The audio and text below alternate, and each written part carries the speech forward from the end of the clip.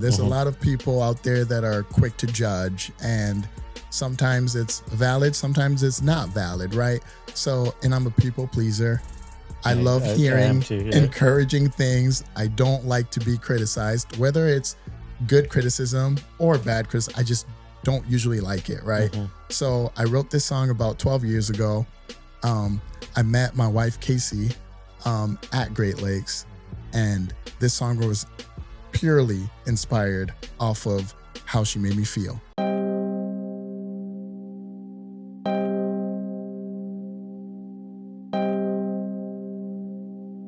Hey, UG boy, let's talk to them. Let's talk, chicka, let's talk to them. Let's talk to them. Let's talk to them. Let's talk, chicka, let's talk to them.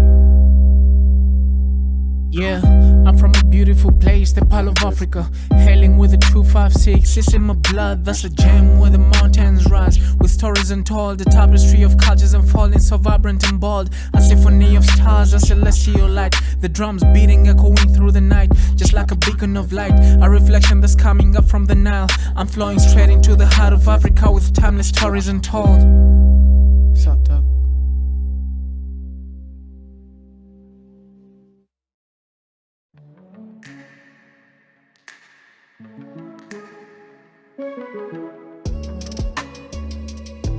Elevate your podcast game today. Are you looking for a perfect place to record your podcast in Kampala? Look no further.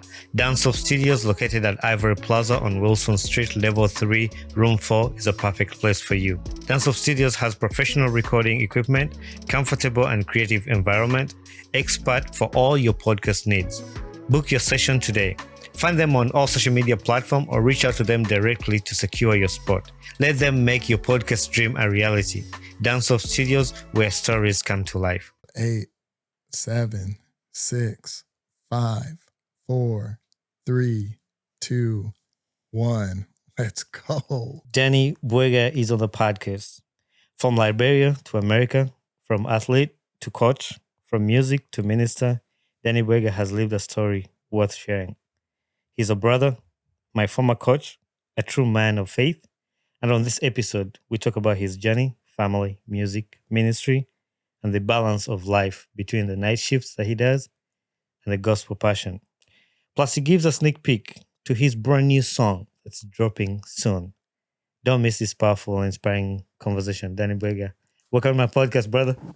My guy, appreciate it. We had to make it professional. Come on. It's a long time coming, man. Yeah. I'm glad to have you on here, man. Yeah, thank you, man. I'm very blessed to be here. It's been a long time coming. How is life? It's been good. Busy, but very good. Super excited about things that are going on. And just can't wait to share. I know behind the scenes when we were talking, I was telling you about the days you used to share your music with me. I'm excited to get to hear about this song, but like before we get into the song, I usually like my audience to get to know the people that I have. And we go all the way back with you and how we met. Do you remember how we met? I vaguely remember. I remember, obviously, Great Lakes. I think Lloyd Scher kind of brought you to the campus, and he told me about how there's this guy from Uganda who is a great prospect for soccer that's going to, take the college by storm. And I remember hearing that you would be coming in just slightly late for my career in soccer. So I remember being bummed, but super excited. So that's vaguely what I remember. Yeah, I think so. And I really we were talking about this like behind the scenes before we started recording. Like it was a unfortunate time that you were actually leaving when I came to Great Lakes. But I'm glad we're able to connect, and I'm glad to have you on the podcast. Usually when I bring people on the podcast, I usually tell people that it's family, friends, and people who are making an impact to the world. And when I get people to come into like now, you get an honor to be in my studio. Usually the people that I have on here from Uganda in the studio there. But here, you are in the studio in it. Sir. Yes, sir. So briefly, for the listeners who are listening to this podcast, we're going to be talking about Danny Buegar's. I'm going to call you Dino. Actually, how do you get the name Dino? Like, tell me the nickname. Okay, so when I got to Great Lakes, obviously I wanted to play soccer, and coming in, there was a guy who also was Danny. I remember him. Yeah, Danny Holland. Danny Holland. I played with him. What a guy. Yeah. What a guy. Hope he's doing well. Shout out to Great Lakes Soccer. But so the coach had a hard time, he shouldn't have had a hard time differentiating Danny Holland from me. But whenever he'd say, hey, Danny, pass me the ball. Danny, do this. We both would do the same thing. Well, back then, people thought I played similarly to Ronaldinho. Okay. Oh, yeah. Nice. So I just decided, you know what? Yeah. Just call me Dino. It'd be great. And then that stuck with me my whole career. That's cool. Up to this point. I think I'm going to call you Dino along this podcast. But yeah, back to the listeners. We're going to be talking about Dino's life. A little bit about Liberia, because I think one of the things that connected me to you is like you're from Africa. And when you live in the United States, you kind of like, you don't really care what country that person's coming from Africa. Right. It's like, as like a brother. So your roots from Liberia, being an athlete at the Great Lakes, then you turned into coach. And then your music journey, I was talking about how you shared your music with me. Yeah. Being a minister, you're a family man. I'm happy to have your family at my house today with your kids. They're really amazing. And then our memorable win at Fairhaven. We're going to talk about that. Yes. But anyway, that's a roadmap of what we're going to be talking about. But, let's start with your early days in Liberia. What was life like in Liberia and how did you move to the States? Yeah. So my parents are both Liberians.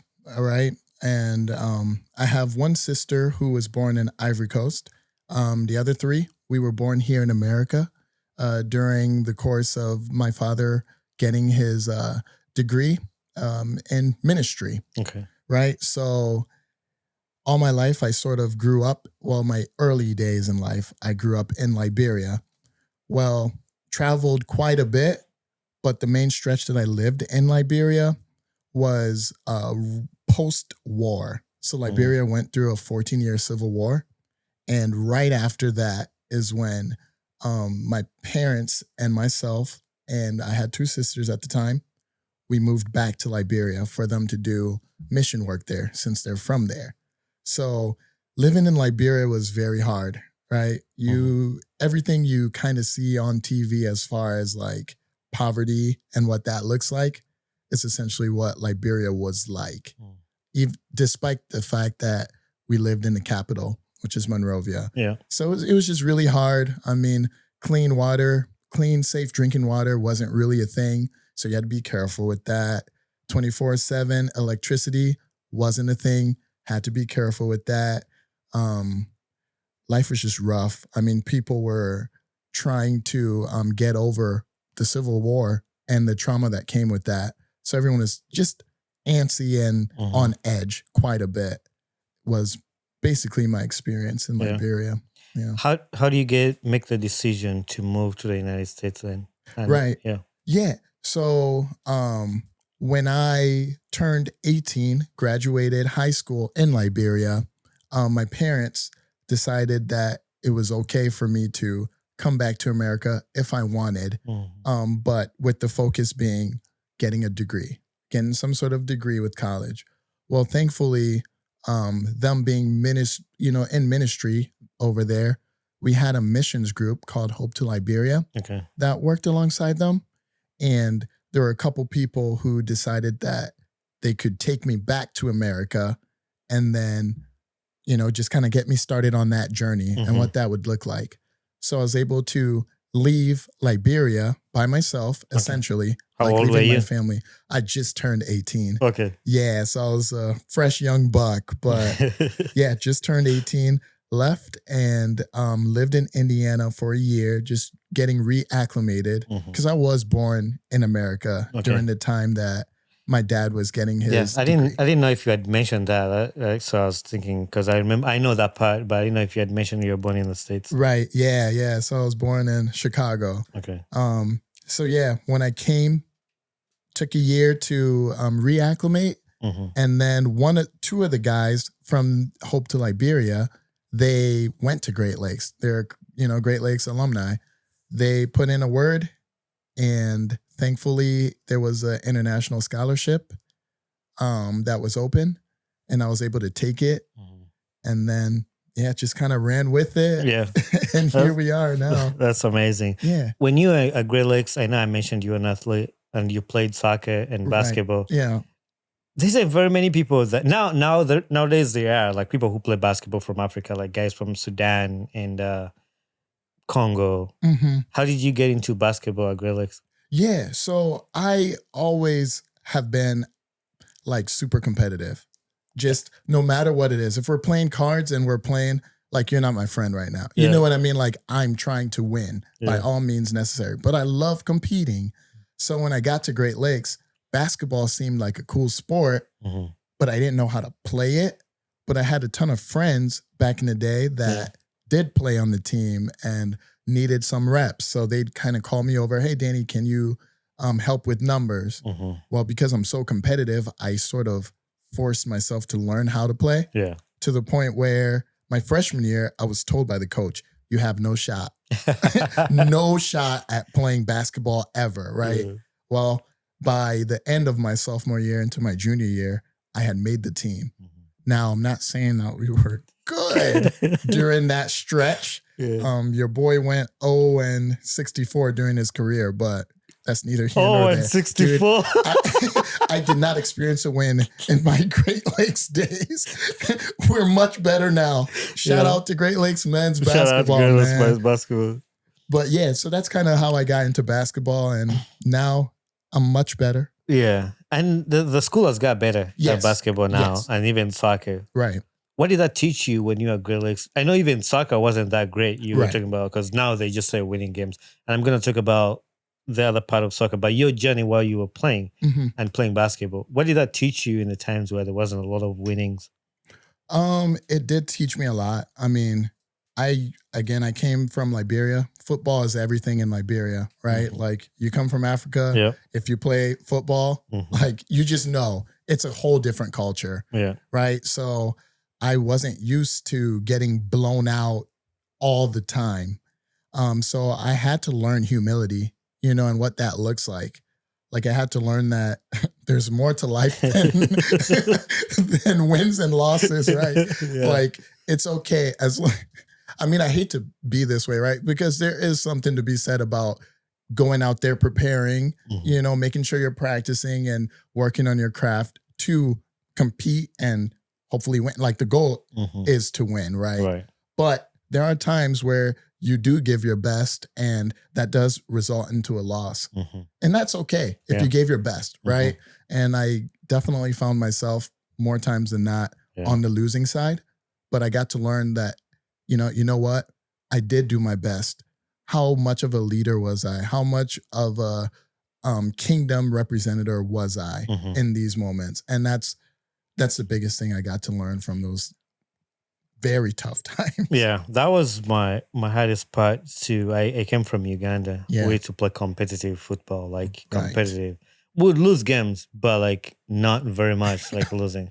Coming to Great Lakes, like losing day in, day out, it wasn't something I was used to. Like it broke me. It taught me patience and told me it's okay to lose sometimes. I was really super competitive. I always wanted to compete, but I remember it taught me a lot. And that brings me to when you finished Great Lakes, the year that I came in, you happened to be an interim coach for a little bit for soccer. Coach, how was that for you coaching the guys like you were your peers like me? We had already been friends, Jay, Q. How was that for you? And walk us through the opportunity you got. Yeah, that was an interesting time, right? So I graduated and then we were having some sort of athletic director sort of like changeover. And I remember hearing that soccer didn't have anyone lined up to get a coach, you know, like there was no coach lined up there. And I thought, man, that would be a pity and a shame to have something that I love, a sport that I love, a sport that I gave everything to, right, during my college days at Great Lakes, for it to not have like a season. That just seemed like, man, if no one can do it, I'll just step in and do it. Right. And so I decided I would at least step in and see what I could do. And yeah, it was kind of an interesting experience having you and Jay and Q and some of the guys that we all went to school together. I think it was very cool how you guys treated me. I felt like you guys respected me as a player and what I was able to give to the school, but also to the sport. So much so that when I did say things, even if it was joking or not, you guys would take it for, for what it's worth. And that was what, kind of made us tick and go. And you guys, it seemed like you guys really were all in for what I was trying to do and the, and the vibes, because again, we were getting spanked quite a bit. There was one game I really remember, and this was from a perspective. I know you said we believed in you and listened to what you were saying, but I remember vividly, I'd never had a coach in my life coming from Uganda. We used to play street soccer. Like, it's just, you just play. Like, you don't have somebody to coach you. Right. The players coach themselves and you just have a team. So for me to play under a coach for the first time, and it was under you, and I remember we were playing and you kept telling me, Bonnie, this way. I was like, Dino. I was like losing it. I'm like, but now I sit down and think about it, like, that's actually what coaches do. Like, they're not mad at you. Right. They're just helping to guide you on what to do. Like, when a coach is screaming at you on the line. So for me, that's what I didn't understand. Like, I thought like this guy is just screaming at me all the time. Right. And I remember one game I was like, Dino, don't call me. Like, and like, this is your coach. But yeah, I remember that. But all of a sudden, I learned that coaches are supposed to guide you, and they have to kind of scream because everything is loud, and they want to make sure like you get the information out there. But I also know, I'm gonna put this picture in the post. Our first win at Fairhaven. Yes. Tell me about that. I know we have a picture of all of us. I was pouring water on you. Right. Man, that was one of the most legendary games I've ever been a part of, like whether playing or coaching, right? Yeah. So for some of you that, well, most of you probably won't know this, but we did have a team that was riddled with injuries, right? Lots of inexperience, right? So Bonnie, you were obviously clear-cut our best player.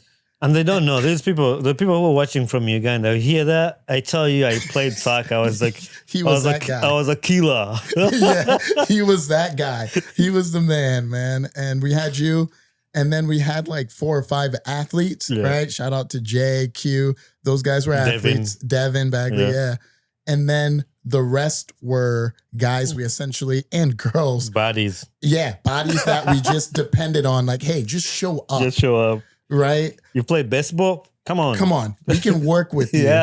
Right? So I remember going into it, we sort of knew that Fairhaven was a college that didn't have the strongest soccer team. So if there was any sort of result we could get in the season, which was like 15 games or something like that, one game that we had a glimmer of hope in was Fairhaven, right? So I remember my goal essentially was to make sure we put ourselves in a position to use our best attributes with the athletes. So definitely the athletes were all put in the middle. Bonnie had you up top. Do not, conserve your energy, pounce on everything. And then the rest of the bodies, right? It's like, hey, listen, communicate, believe that we can do it. That's all you got to do. Just compete and believe that you can do it, right? Stay true to the script, right? So we go in there. A couple of the girls were told that their shorts were weird. There was a lot of... It was co-ed. It was girls and boys. Right. So it's like really interesting things going on. The pitch was terrible. Their fans were just super rowdy. And I remember us huddling up. And I just remember saying like, guys and girls, we can do it. Yeah. We can do it. Let's just do it for us, right? We drove all the way here. Let's do it for us. I remember that. Drove all the way here, yeah. The beauty of friendship, man, and chemistry. That was one thing about that team. Win or lose, it seemed like we were having fun. We were cracking jokes out there, but we were truly competing, and we're competing for each other. Yeah. Right? And that game, everyone just dialed right in. Like, we are not going to lose this game to this team, especially in these circumstances. And I remember, was it you that got the goal or an assist? There was an assist. It was an assist. But I hit the post like a million times that game. Yes, that game, we should have blown them out. Yeah. So, hey, Bonnie over here missed so many goals I did miss a that lot. season. Yeah. But, Yeah, we just grinded out that win. And I just remember when we scored, it was late in the second half. Mm-hmm. So we literally just needed to defend and park the bus. Park the bus. And we did that successfully. And as soon as the whistle blew, just the sheer celebration. I mean, we were like 1-14 or whatever, but that one win felt like we won the championship. Exactly. I mean, the celebrations were like, they'll see the picture like it looked like we won the championship. Yeah. Yeah. I mean, it was just invigorating. You know what I mean? And it's just a great moment. We'll never forget. I'll never forget it ever. I don't think I'll ever forget it too. And I have that picture, which I've said I'm gonna put in here. I'll find it and put it in here. But yeah, that was amazing time, and just seeing sports unite us. Like, even that's how I met Jay. They came to play that game with basketball sneakers. They didn't have shoes and all that stuff because they're basketball players. But no, those were good memories. Very good memories. But what were Great Lakes too? Like, you were big into music. You kind of led worship here and there. You've always loved music as far as I remember. And you really have an amazing voice for the listeners who have not checked out Dino's music. This part we're going to talk about Danny's music and how your love for music. So you got into music, started singing. How do you, what made you want to dig deep in music? Yeah. So growing up, like I mentioned, my parents both are missionaries, right? And when you're small time, you sort of start to depend on family members to like pick up slacks where the slack is, right? So music had always been a spot that needed filled. Well, my sister kind of taught me how to sing. Linnell. Yeah. Shout out to Linnell. Shout out to Linnell, man. She taught me how to sing and what that looks like. So growing up, she and I sort of took the mantle as far as leading worship for our church and started doing that, started feeling like, okay, God gave me a talent that I can use, right? So it's always been in a church setting, which has been great. And I still do that right now, right? I've always felt like if there's one or two things I'm good at, music is one of them. So being able to go to Great Lakes, even though I wasn't in the music program, I hung around a lot of musicians. And I just picked up on music theory a lot. I had the natural abilities, but the theory and like what really makes music click and why it clicks, I learned from Great Lakes. So Great Lakes really was like a stepping stone into, okay, I can do more with music. I can really have confidence and trust in what I'm doing. Obviously knowing that it's God-breathed, right? Just a couple years ago, just people seeing my passion for music and how I've been able to lead worship through music. They're like, hey, you have some stuff that you're sitting on that's not necessarily Christian, but I mean, it has like God elements in it. Why not do something more like on the side even? Yeah. And shout out to my managers, Natalie Lemmer and Jaden Dickman, right? Let's go. Shout out. Come on, shout out to them, right? They just decided to make a couple pages for me, and that gave me the confidence to just go for it. That's amazing. So yeah, I was going to ask you a question. Do you mainly do like Christian and gospel music, or do you just do, I mean, like you said, not necessarily like a Christian song, but like it's not a song that offends God or anything. Right, right. Do you do that too? Yeah. So I've written a couple Christian music, Christian songs, I should say. But a lot of my songs just have like scriptural elements to them. Yeah. Right. So you won't hear me rap about immoralities and things like that. Like, that's just not me. I mean, I don't, no offense to those people who get into that. Yeah. That's just not my style. Right. Even the track that I'm going to be putting out and releasing here soon. Right. It's just about love. Yeah. Like, and how we should feel about love. So a lot of my songs are kind of pointed to and geared towards that. So they have godly elements in it. They have moral elements to it. So it's open to Christians and non-Christians, right? Whoever wants to listen to it, you can get something good out of it. When you're talking about that, you touched on rap. So you rap? I know you as a singer. Yeah, you rap? I have a couple songs later down the road that I have a few raps and rappers that are going to be dropping a couple beats. So be looking out for that. What inspires your songwriting? Like, do you get these from personal testimony, scripture, or just life experiences? Yeah, just all of those things. Mainly how I feel, how life is treating me in that moment, and what's going on.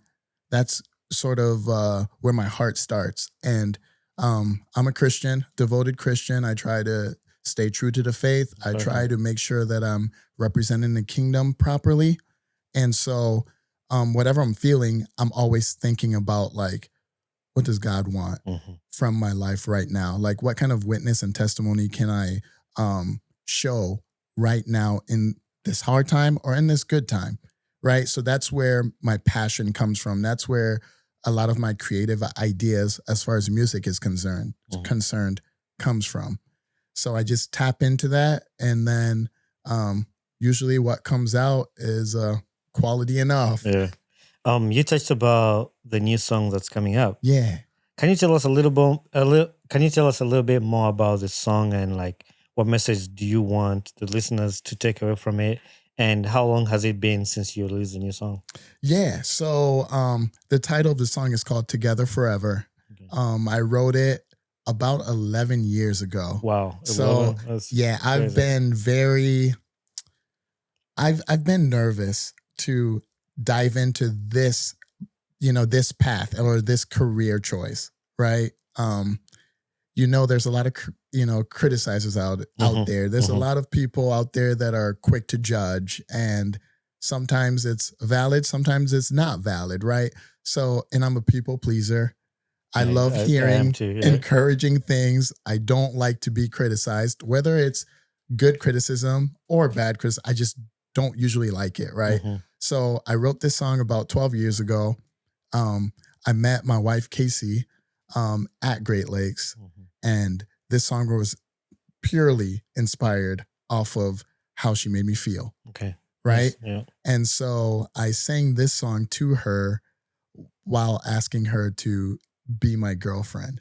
So that's the first time I did it. And that was 10 years ago from yesterday. Yeah. But yeah, the song is just talking about the fact that when you find your person, right, the idea and goal should be like, it's supposed to be a forever thing because you want it to be, right? If this is your best friend, if this is the person that you want to do life with, why not make it forever and do the best you can, right, with that? So yeah, I mean, as cliche as that might sound, that's just what it is. That's how I feel. And I feel like a lot of people should hear and hone into that, right? Nowadays, our culture, like marriage, what's the divorce rate? Like 50% or something like that? 50%? I know, it's a lot, yeah. It's something crazy, right? So I personally don't think it should be that way. Like if you're going to choose to, date someone and to put in all this time and effort and get married, like what's the point in doing it? And then 5-10 years later, like we shouldn't look at marriage that way. We should look at marriage as this thing that this is a tie, a unity, a bond that's forever, and we get to do it together in this short life that we have. That sounds like a very, very beautiful song, and a song with an impact to the community in what actually people go through in day-to-day life. But my question I usually ask artists, and I've hosted a lot of artists on this podcast, is like, so you have a song from 10 years ago. Why sit on that song for that long? Yeah. And I asked myself that question too, right?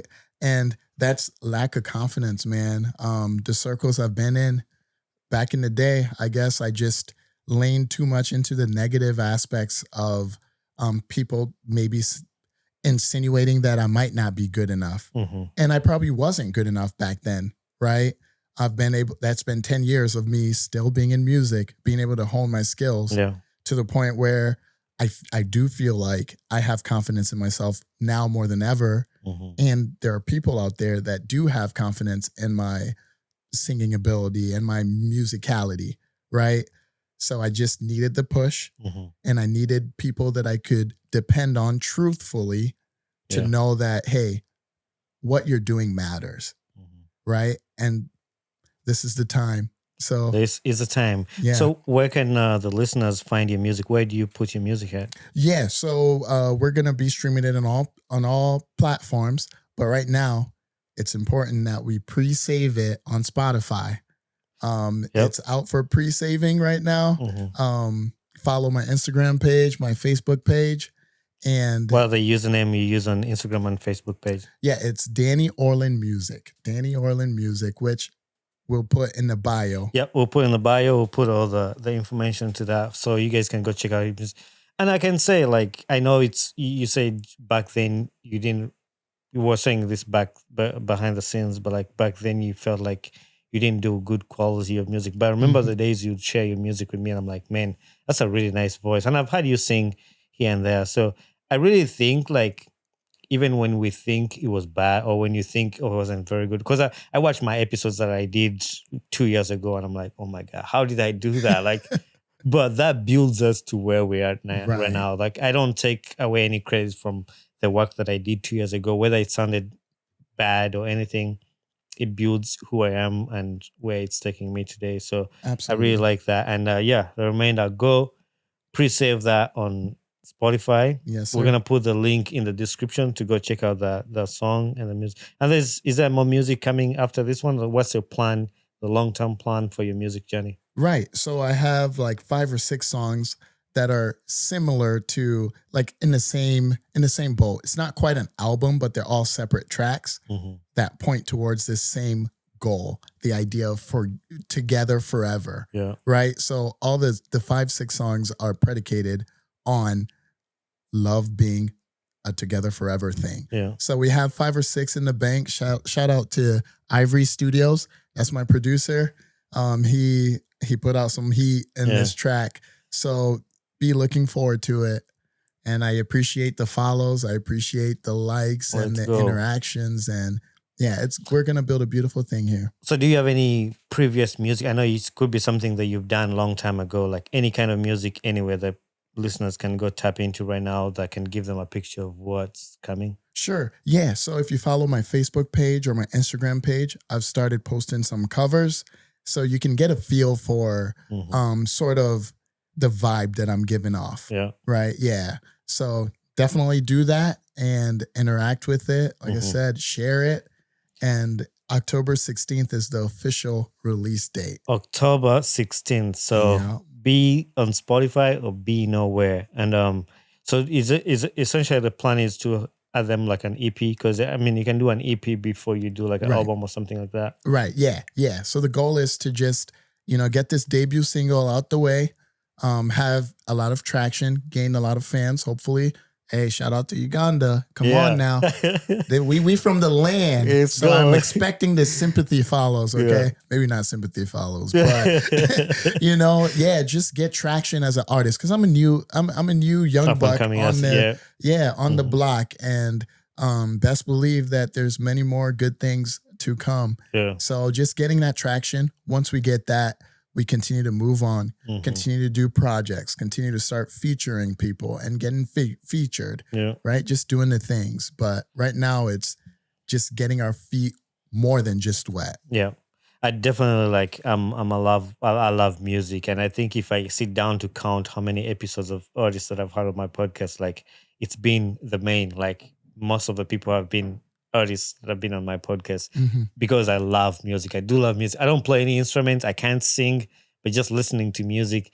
And I appreciate that you thought I could listen to your songs and give you feedback on the music that you were doing. So I definitely am a lover of music. So show some love for my guy and his music is definitely amazing, inspiring, and it could be something has a message to help you or help your friend, sister, brother. So just share these songs to anybody and everybody. Thank you. Thank you.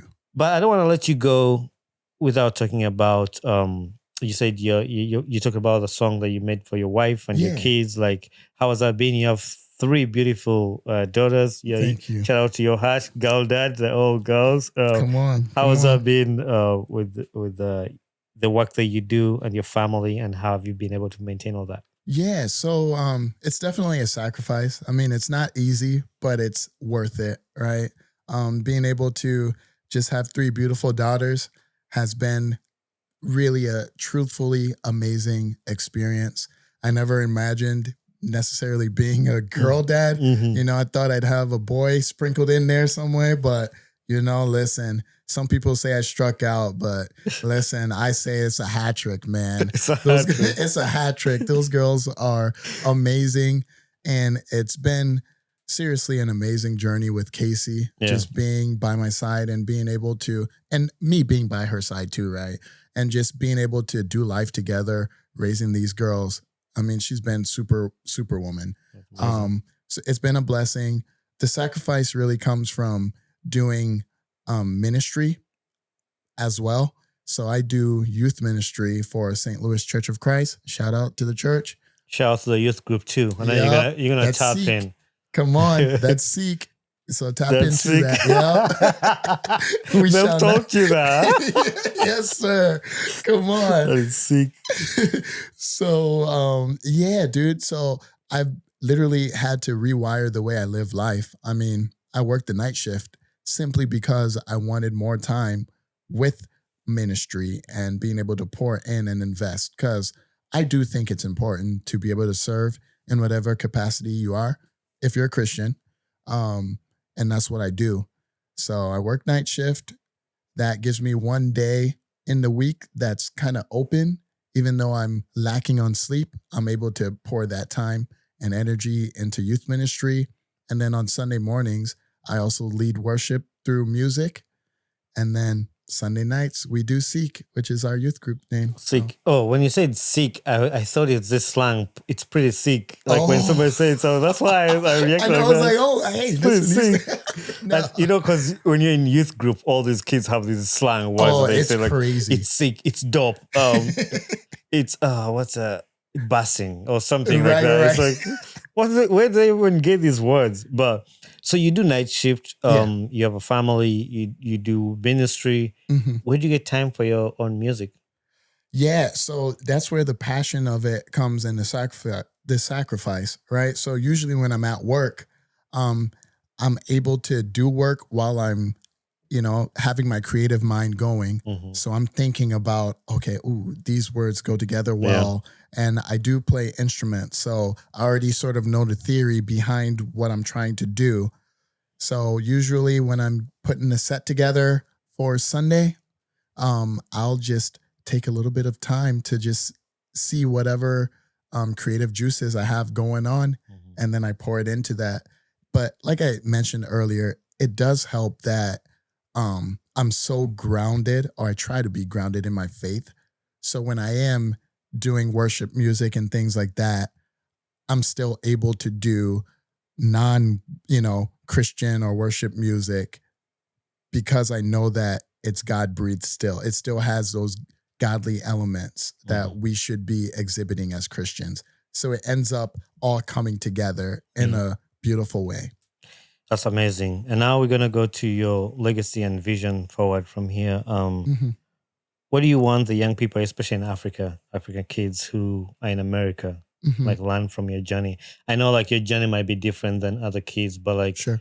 We've grown, African kids who are in America. I know Africans who have moved to America. What can they learn from your journey? And again, I know you were born here and others just come here like I did. I came here. Right. What's one thing you can tell the kids that move to the States on something that you've gone through yourself? Yeah. So my biggest thing would be like, be confident in what you do. If you truly feel like you're good at something, be consistent, be confident, and be humble with it.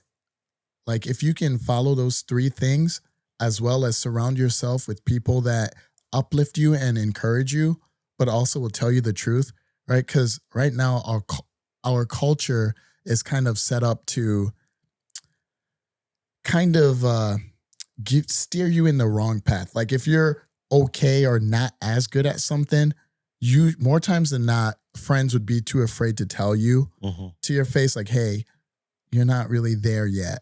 So you need to find people that can communicate with you enough to be like, hey, I see potential, but you do need to work a little harder, right? If you can find those types of people to communicate that with you, while also having that persistency, that consistency, and be humble with it, as well as have confidence that you will get to where you want to go and dream big, right? Yeah. If you can have those 4 or 5 things I just listed off, you'll be fine. You'll be fine. Shoot for the stars, man. I think one of the weaknesses that we have, like as African kids that come to America, so we leave Africa, it's a life of struggling. Like we go through a lot. And then you come to America, you see like life, everything is out there. So a lot of people who are not purpose driven, like you don't have a purpose, they tend to go down astray. Like, yes, you enjoy the partying, you enjoy this, you enjoy that, but that kind of takes you down. So that's why most of the people that move to Africa, they actually end up getting worse than what they were back home. That's a good point. Because they come to this life, they see everything, they see money, they see life, they can go out, they can go party, and you end up seeing them like going through like down the trench. So what I would say, in my opinion, to an African child, like have a purpose. Yes. When you come here, like one of the things that helped me to stick to my where I'm at, to be where I'm at today, is having a purpose and knowing what you want. Because friends are going to find you when you're not really certain what you want to do. And then they'll drag you down this way. They'll drag you down that way. So having a purpose is pretty cool. I agree. That's great. Yeah. My parents would always tell me like, remember where you came from. Right. And I think that goes perfectly with what you just said. Right. Yeah. Like remember the struggle, like, but don't use that to continue to be in the struggle, but use that as a field to not be in that struggle, to pull yourself out of that. Yeah. So when you do have those opportunities, you are well grounded. I love that. Yeah. Amazing. Where do you see your music in the next 5 years? Oh, in the next 5 years, we're blowing up because Uganda is behind me. Let's go. Uganda is behind me, man. Uganda, gotcha. My people in Uganda have said tapping into music. Like this podcast is helping people a lot to appreciate music, appreciate people's art. And that's my focus. We want to bring an artist. Like I want people to really dig deep into the creative process of this song. We love music, but we need to also appreciate the effort that's been put into making that sound that we really love, like we can dance to. So that's been one of my biggest focus. So yeah, let's go. Let's go. Yeah. Anyway, I like to end the podcast with some rapid fire questions. Oh boy. Usually I let people give me the first answer they have in their head. Okay. But I'll give you a chance. If you want to explain to it, you can explain to it. If you just want to give one answer, you just give one answer. Okay. Rapid fire for you, Dino. Who is your favorite gospel artist right now? I would say Travis Green or Mav City. Oh yeah, I love them. One Bible verse that keeps you going. Jeremiah 17:7. Blessed is the man who has confidence in the Lord, whose trust is in him. What's your kids' favorite song of yours? Of mine? Oh, Together Forever. Absolutely. Your kids love it? Oh, they love it. Really? Yeah. Amaya, who is my oldest, she's 5. She definitely has been singing along to it while I've been listening to the mastering by Corbin Lancer. Yeah, so I'm gonna say that. Okay. I'm sticking to it. If you could collab with any artist, who could it be? It would be, all right, don't hate me. It would be I would say a blend between Mav City. I'd go with Justin Bieber. And what's that artist that sang like Peru? Peru.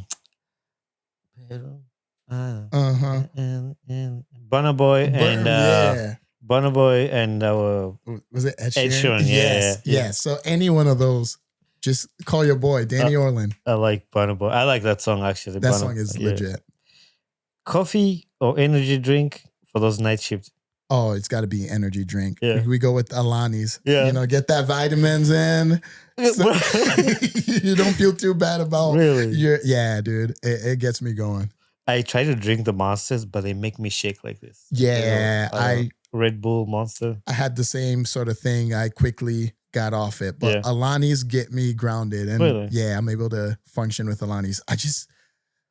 Coffee is an acquired taste that apparently I haven't acquired yet. So until that happens, we're going with Alani's. I think it has to do with being African. So not very many Africans like coffee. Agreed. I mean, it's a stereotype, but like I know, like I drink my tea every morning. It doesn't give me energy per se, but it's something that I grew up doing, something that I do naturally. Yeah. So I drink my coffee. I drink my tea. Yeah. But energy drinks, I don't really drink a lot. But I know how when you're pulling those night shifts, 11 to 7. Yeah, 11 p.m. to 7 a.m. That is crazy. But no, I'm glad you do that. Anyway, do you know we have final 3 on this podcast? I ask everybody who comes on this podcast. Mhm. These are 3 questions that I ask everybody. What's a life lesson you've learned in life to this point? To this point, it's okay to say no. Be confident in yourself and just love what you do and love other people. What gets you excited about life? Just the fact that life is precious and there's beauty in it. It's all about perspective. So whatever I'm in and getting into, just do it to the best of my abilities, and I'll have fun with it. Who would you like to see on this podcast next as a guest?